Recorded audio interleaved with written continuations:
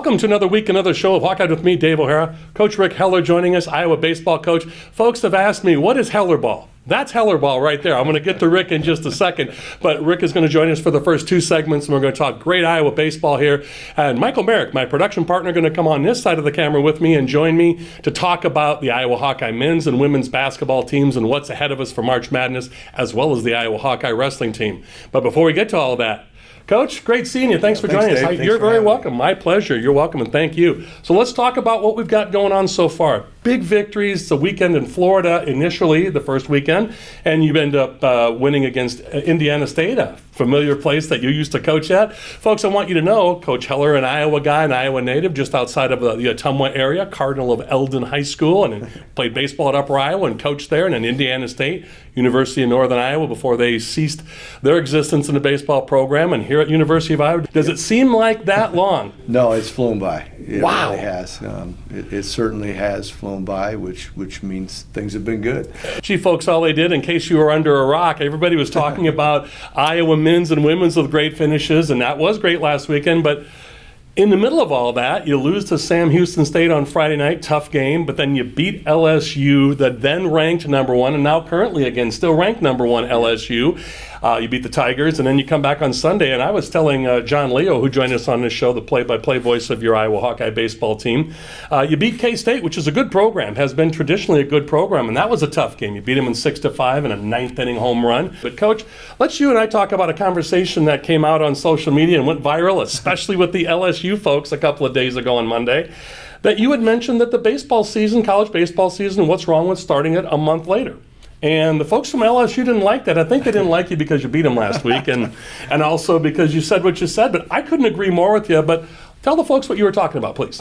Well, this is my 36th year as a head college baseball coach, and I've been a part of, pushes to try to move the season back for 20, 25 years. Right. And, we had some momentum going the COVID year, the shutdown, the coaches in the Big Ten.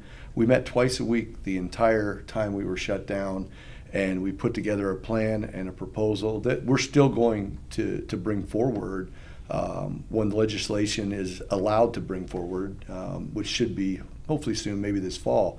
We'll get organized and put a plan together to present it. But basically, it makes no sense in the era we're in with how big the game is, how the game has grown.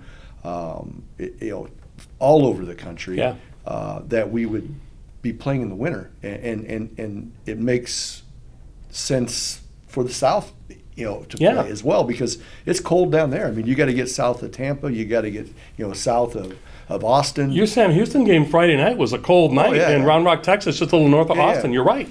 So the weather's one thing, and what I found is the people that have the advantages with the weather don't want to hear that as an excuse, but there's so much more to it. We don't do ourselves any favor from a marketing standpoint by playing during basketball season and wrestling season. We move it back a month. March Madness is over. We can really market the start of the baseball season.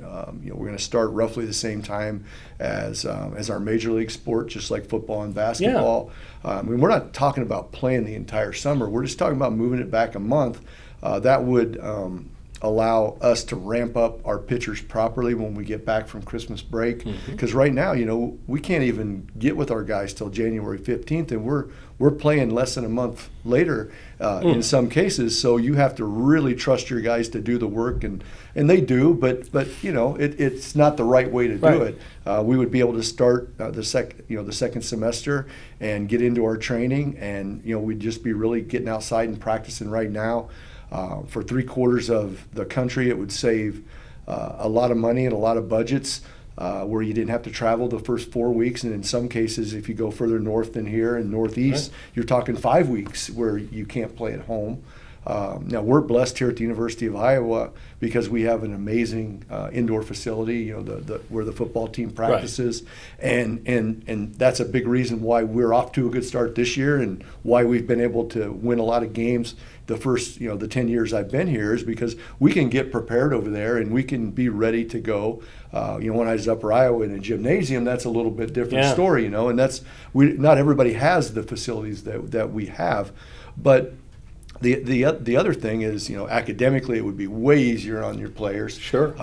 And then if you went, say, you know, the conference tournament, in our model, the conference tournament was going to be the third week of June. So, you know, the majority of the teams would be finished before July ever hits. Right. It's not like you're playing through the whole month of July. And then the World Series would be shortly after the 4th of July, right before football season starts, which would be perfect timing. And then, you know, and let's backtrack a little.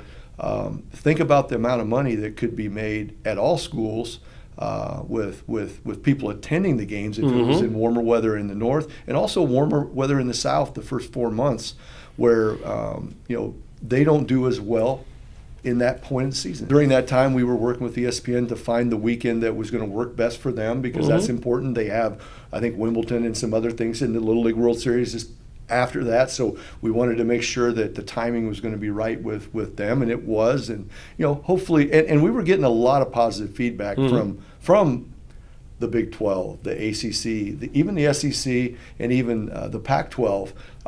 You know, it wasn't a slam dunk no like it was 20, 25 years ago. Right. Because I think if you look at it from a marketing standpoint, from a good for the game standpoint, from a good for the kids standpoint, for the kids' health with the pitchers ramping up, there's really not a lot of negatives. Now let's face it. Anytime you make a change like that, it's not a fit all. Right. It's not a one size fits all. Right. Yeah, but it's going to fit most. You bet. And way more from a percentage standpoint than it does now. Well, and you nailed it right there. I was going to say it raises the profile of the Big Ten, and now you've got name recognition and say, well, the tradition of UCLA and USC, and I just think it's wonderful stuff. And I greatly appreciate you going into detail on that, because I don't think a lot of people understand that. And I always joke with folks and say, you know, you want to see someone's passion. You're very passionate about this, and as am I, and I agree with you, because you want to grow the game. Yeah, I want to grow the game, and I really believe that this is what's best for our game. And I think it's short-sighted from a lot of the coaches that don't want to make this move, because you talk about money. I mean, let's say we're playing the month of June, you know, end of May, month of June, you know, regular season games. All of the networks, as you know, Big Ten Network, SEC, they don't have any programming. Right. You know, now we're the primary programming. And then, you know, mirroring it with Major League Baseball, the attention from that is going to grow. And maybe there's even support from Major League Baseball as they've cut a lot of teams into the minor leagues, and we become even more of a feeder system for Major League Baseball. There's just so many positives. And I believe that, you know, after a few years of doing that, the game would just grow, and you'd have everybody going, why did we not do this 20 years ago? Yep. I really believe that. And then coaches' salaries are going to grow even more, which is where I think guys are being short-sighted. That's a big-time point there. Multiple points. Folks, he is Rick Heller, Hellerball, head coach of the University of Iowa baseball team. We are here at the Iowa Training Complex, University of Iowa Training Complex for Hawkeye baseball. Coach, we'll be back. Let's take a quick break. We're going to talk about this year's team. All right. Lots of excitement to talk about. So for Coach Heller, I'm Dave O'Hara with Hawkeye. We'll be back with more in just a few moments. To have a strong finish, you need an excellent start.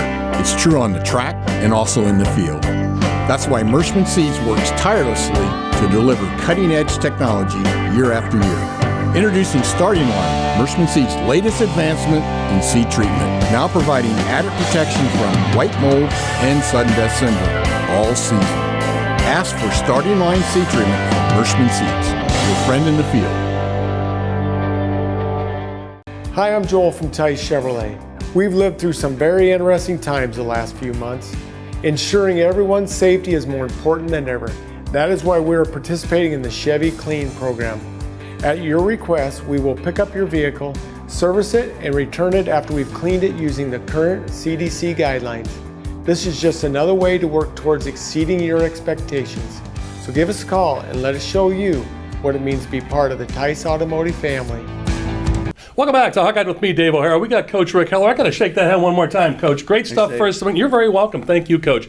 Rick Heller, Heller Ball, University of Iowa head baseball coach. We're at the University of Iowa baseball training facility here on campus, and Coach kind enough to join us after a Wednesday practice. It's March 1st. Big victory yesterday against Loras here at Dwayne Banks Field, just across the way here. So, Coach, so much positive to talk about. We had the voice of your Iowa Hawkeye baseball team, John Leo, joining us last week, and I joked with John off the air, and we were kind of laughing. I said, gosh, I forgot to mention Kate Martin and Gabby Marshall are coming back another year for Bluder's bunch. And John goes, well, all the baseball we talked about, I forgot to mention Brennan Dorighi, and coming in from Wofford, we talked about every position coach. We're going to get to Brennan Dorighi here in just a moment. And Keaton Anthony, the Big Ten Player of the Week this last week. Yeah. But let's start with pitching. Brody had a great first outing and has matured a ton from last season. For the first time since we've had Brody in the program, I would say he's as close to healthy as he's been. So that's a big plus, and I think you're seeing that. He feels good, and he feels good in his training, and he can actually practice and do some things to get better as opposed to go out there and just try to survive. And, here was we haven't talked about Zach Volker yet, but the way I look at it is we had 6 guys that we could start. And we knew Ty was going to be the guy we were going to give the ball on Friday, at least starting the season out. And we thought, okay, what's the best thing for the development of Brody Breck and Marcus Morgan? It's a consistent routine, having Sean in the bullpen with them, getting them ready each day, giving them the ball at the beginning of the game so we can control that. They could plan all week for that start.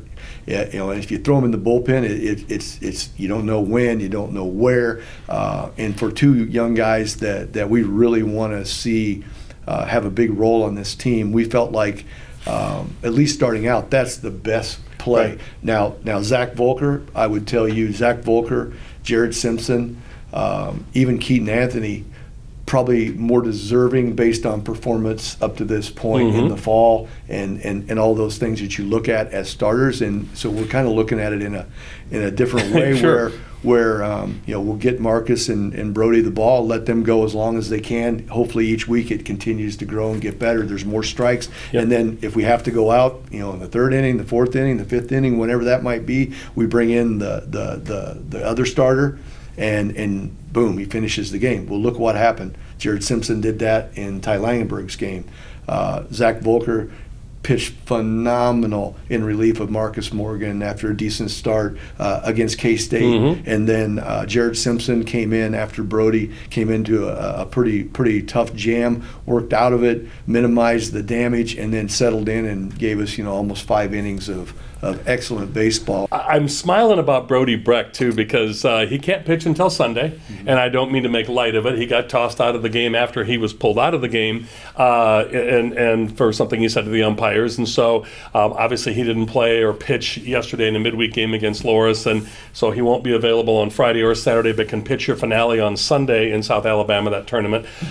So I would say that I guess Brody's going to learn how to use his vocabulary better with the umpires. Well, lesson learned. Yeah. And he's really sorry, and obviously wishes he wouldn't have done it. It was probably about as out of character. Yeah, truly. For me, because he's a soft-spoken. He's a competitive kid, obviously, and he's in playing the football and that's why gets amped up. And that's why I wanted to highlight that. Right, it's out of character. But it was really out of character, and I guess to have it happen, I don't think we'll see anybody else make that mistake, because it's different in baseball.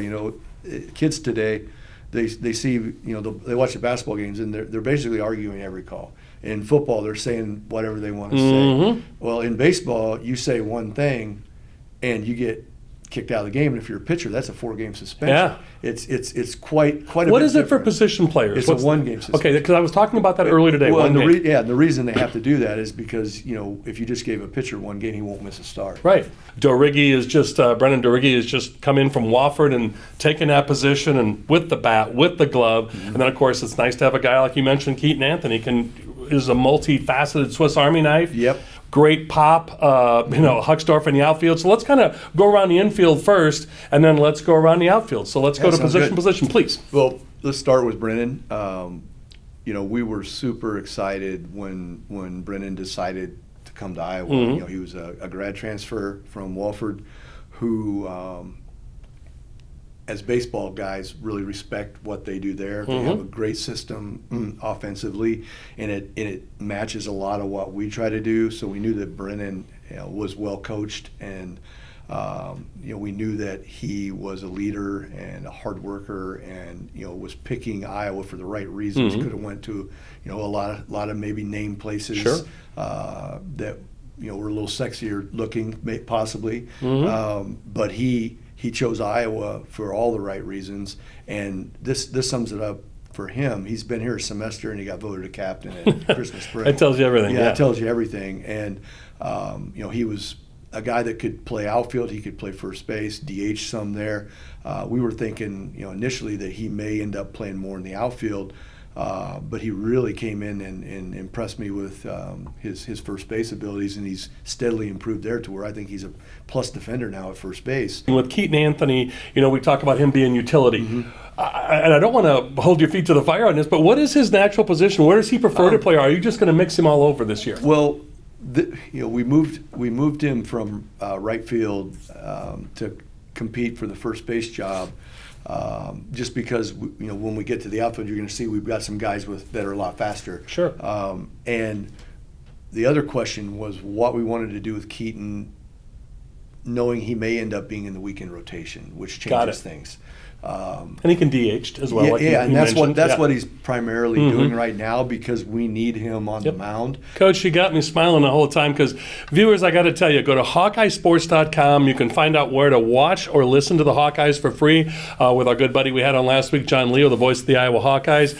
But Coach, I can't say thank you enough for your time. You're very welcome, Thanks Coach. for having me. You're very welcome, and thank you for doing this, taking the time. And folks, I want you to know this: the special timing that Coach set aside for this. This is on Wednesday, March 1st, Wednesday afternoon, after practice, after the Loris midweek game on Tuesday, before you got a 3:45 bus call tomorrow morning to fly out early to South Alabama for that tourney. But the Heller and Heller Ball, Rick Heller, head baseball coach at the University of Iowa. We're here on campus at the Iowa Baseball Training Facility. So I want to also give a couple special thank yous to Sam Basler, but also our good buddy John Leo for coordinating this interview. And again, Michael Merrick, my production partner, who you'll see in the next segment to close out the show. So for the aforementioned folks and Coach Heller, I'm Dave O'Hara with Hawkeyed. We'll be back with more in just a few moments. Hi, I'm Joel from Tice Automotive Family. I want to let you know our family's getting big, really big. We're now offering Chevrolet's medium-duty truck lineup. Whether it's a 4500 with the custom flatbed or a 6500 with the dump body, Chevrolet has the truck we can upfit to meet your needs.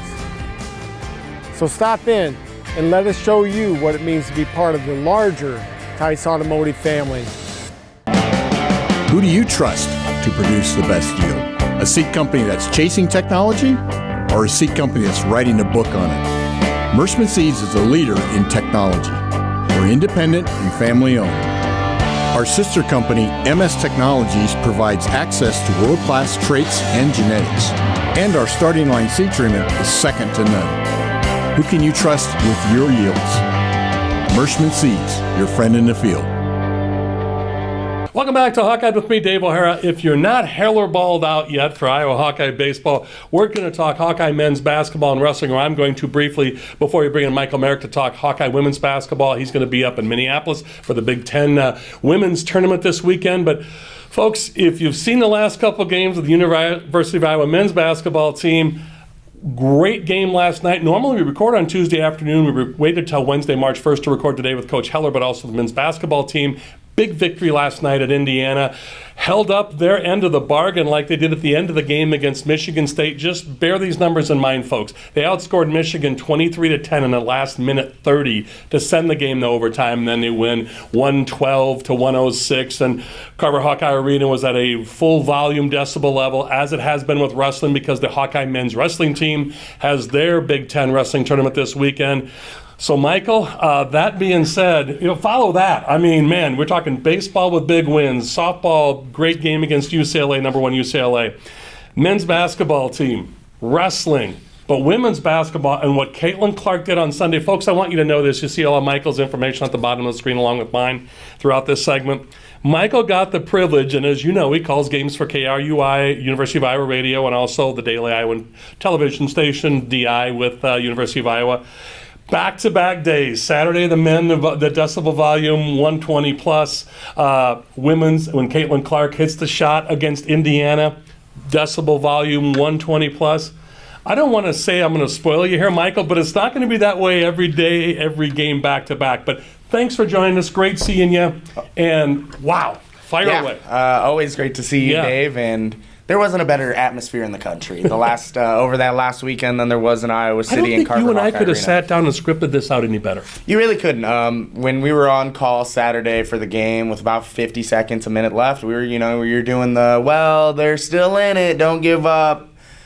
Not really meaning it. We didn't really believe any of the things we were saying, just trying to keep it light on the broadcast. And the next thing I know, we're in the game. The Hawkeye men, Peyton Sanford hit the shot of forever, heard around Iowa City for sure.